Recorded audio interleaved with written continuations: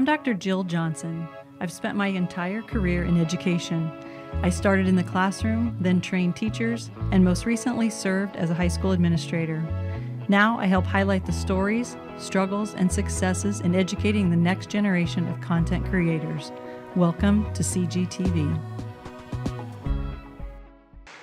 Hi guys, I'm Bailey. Like Anthony said, I'm the content lead here at Class Intercom, so I'm doing all of our social media content, a lot of our marketing content, and helping run this event today. So I was excited to see you guys all excited about the mini mics. That has been our favorite tool that we've found and used within our team, so we were happy to give them to all of you today, and I hope to see more content on your socials with these mini mics in the future.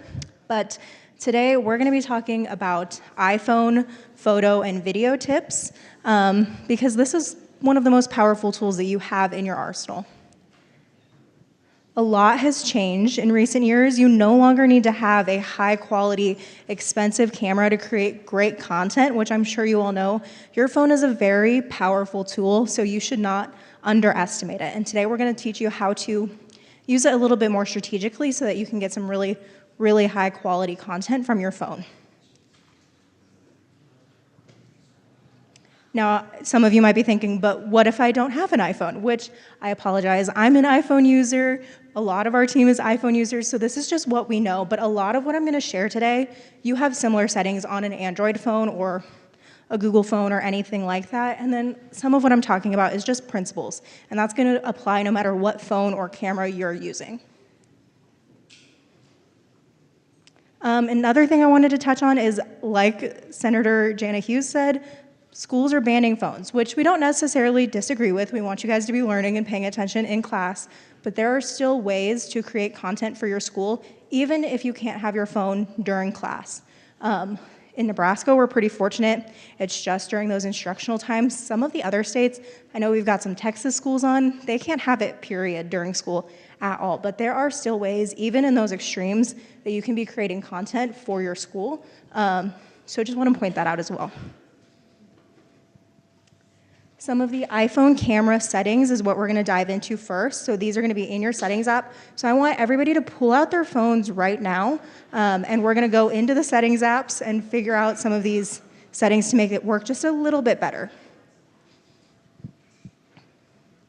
The first thing we're going to do is we're going to use our camera grid. This video is going to show you exactly what buttons you need to be pressing. I've got it playing on a loop. You're going to go to Settings, Camera, and then Grid. And this is going to help a little bit with your photo composition. We're going to get into this in the next section, but first I just want you guys to turn it on.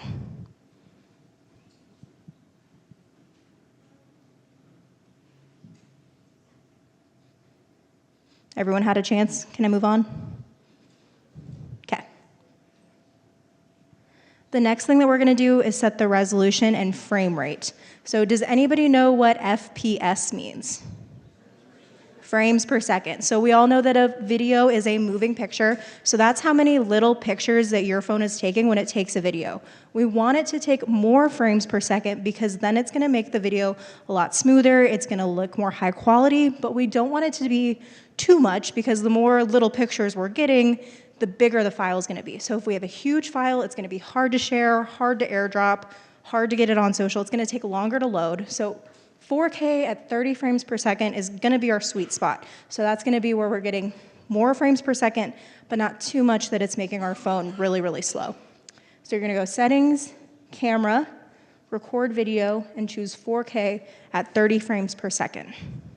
60 frames per second can be really good for some sports and action shots, but again, just be mindful that that file is going to end up being a lot larger, so sometimes it may not work if you need to text it to yourself, airdrop, however you need to get it to your computer.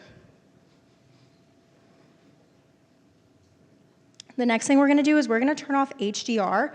This one is because it's just better for social media content. This is high dynamic range, and it does make your photos look better on your phone.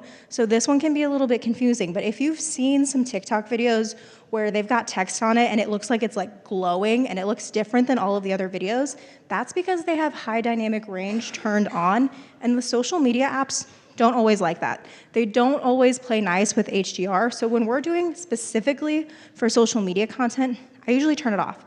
That way I don't have to worry about it. My photo's still gonna look good.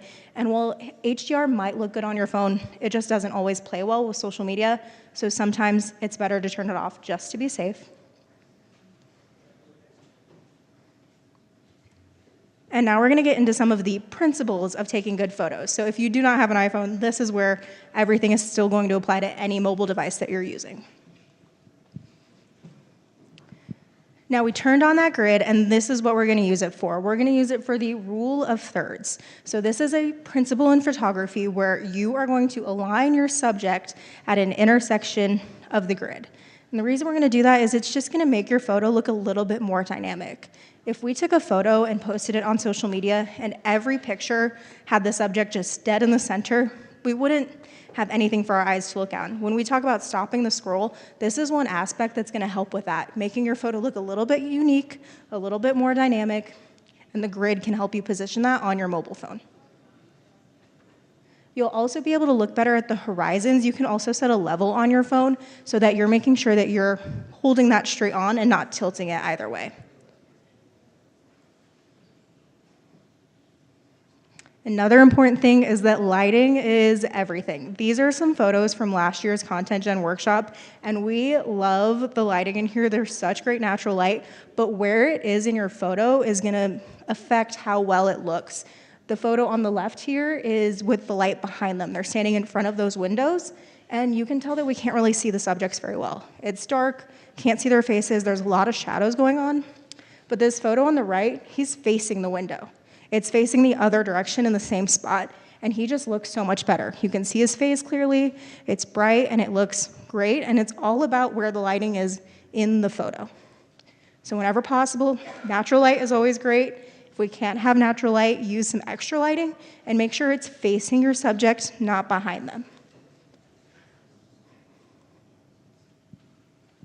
Next thing is we're going to avoid digital zoom. So that is when you pinch to get closer to your subject. It's gonna make your photo look blurry and grainy.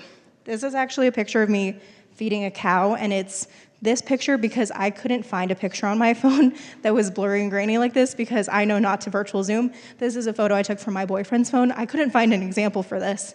So I said, hey, give me your phone, let me see if I can find something. So this is me, he grew up in a small town in Wynot, Nebraska. Don't know if anybody knows where that is.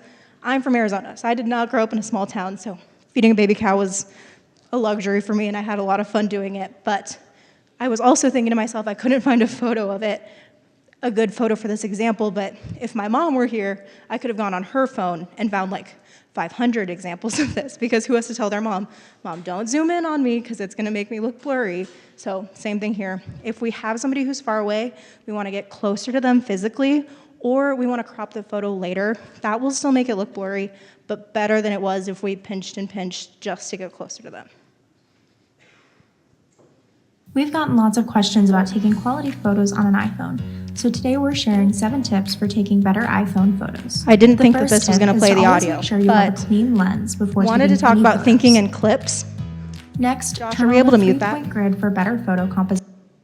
This is a video I made on iPhone tips, but the thing I wanted to get at here is thinking in clips. If we're taking a video, most of the time we're editing it together instead of it just being one long same clip.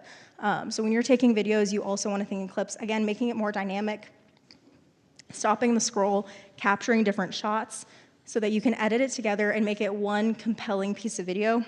There is a time and a place for like a one-shot video, but most of the time you want to think in clips and make sure that you're getting content that you can edit together to make a very interesting video piece.